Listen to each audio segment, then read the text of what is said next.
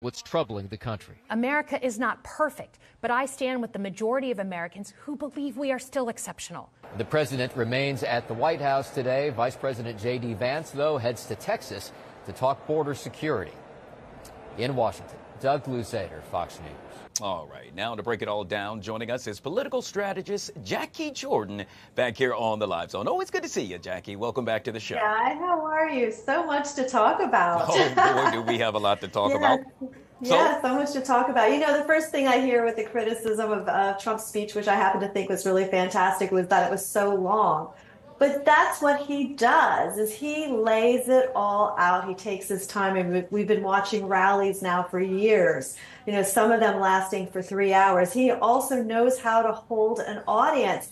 His practice of transparency is really quite exceptional. I mean, to be able to take cameras into the room, we're used to seeing the State of the Union address, of course, on the Tuesday night, 1st of March, for the United States president. But, you know, he takes the cameras into the room when, you know, he's meeting with leaders of different countries. And so there's a lot of transparency, and you get to really see from behind the scenes what is happening. I also feel that President Trump is really bringing dignity back to the president, you know, the White House, to the Oval Office, and just even to the whole entire process of our country's how we do things. And I think that's really fantastic. If you've ever been to a Trump property, you can also just see his impeccable ethics in terms of how things are run, and then the people that participate with his businesses are like polite, well-mannered,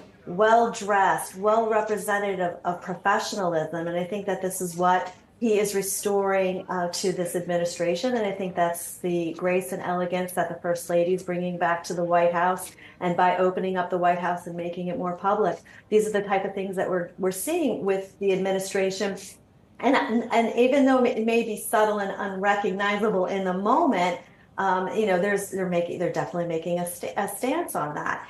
And in terms of the Democrats, this is the Democrats that we've been participating with in the last decade, I would say. You know, these are the Democrats that, you know, went to the Capitol and then bent the knee. You know, these are things that you would see in a president administration. You know, they put their hand over their heart and they say the Pledge of Allegiance. So, you know, to see that type of disruption in the Capitol last night while the president was doing his address is not a surprise from that party.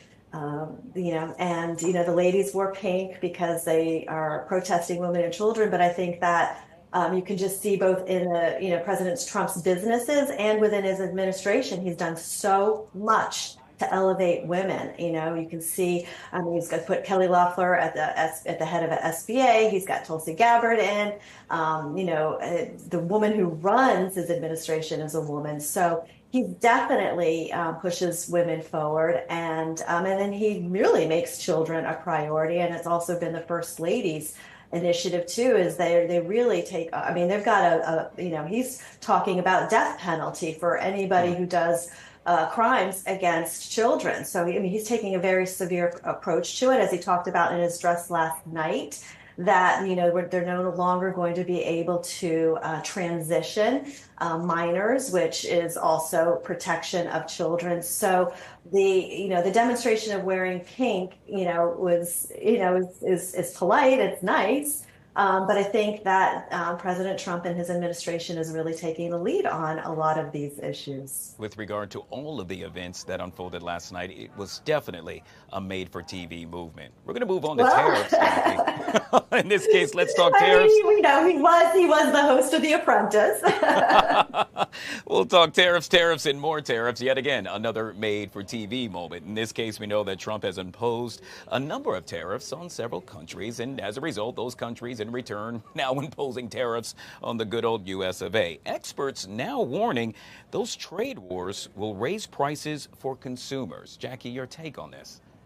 Well, I've been reading that, and I'm very fascinated by economics. What I really value, I'm a business owner myself, and Guy, I've spoken about this on previous conversations. But he's running the country and like a solvent business. no successful business owner stays in business if they're not solvent at some point, and that's really what he's been pushing for. So tariffs is what I'm witnessing, is he's making the country solvent and not giving money away to other nations, for fun and for free, which has been complaining about the Ukraine give, which was a loan to Ukraine, but not by Europe. It was a loan, but not by the U.S. And so by imposing tariffs, outside he's making trade deals. And so he's really reworking the way that we have given money out to different countries and not gotten anything back. And I think that, being solvent is what makes a successful country. I mean, that's how you make a family successful, is you have a solvent, successful family, and then you would do that with a business. So this is just, economics.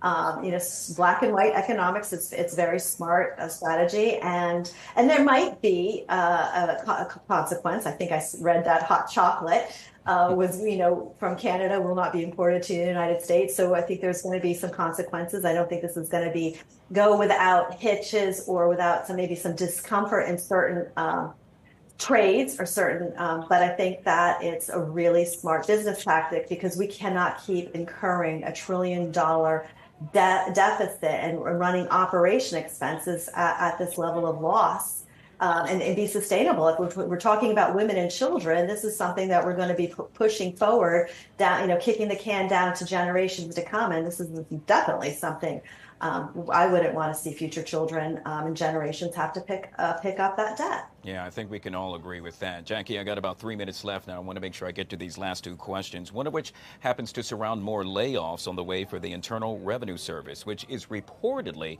planning to slash its workforce by, get this, 90,000 employees. That's in half. Is this the right move yet again by the Trump administration?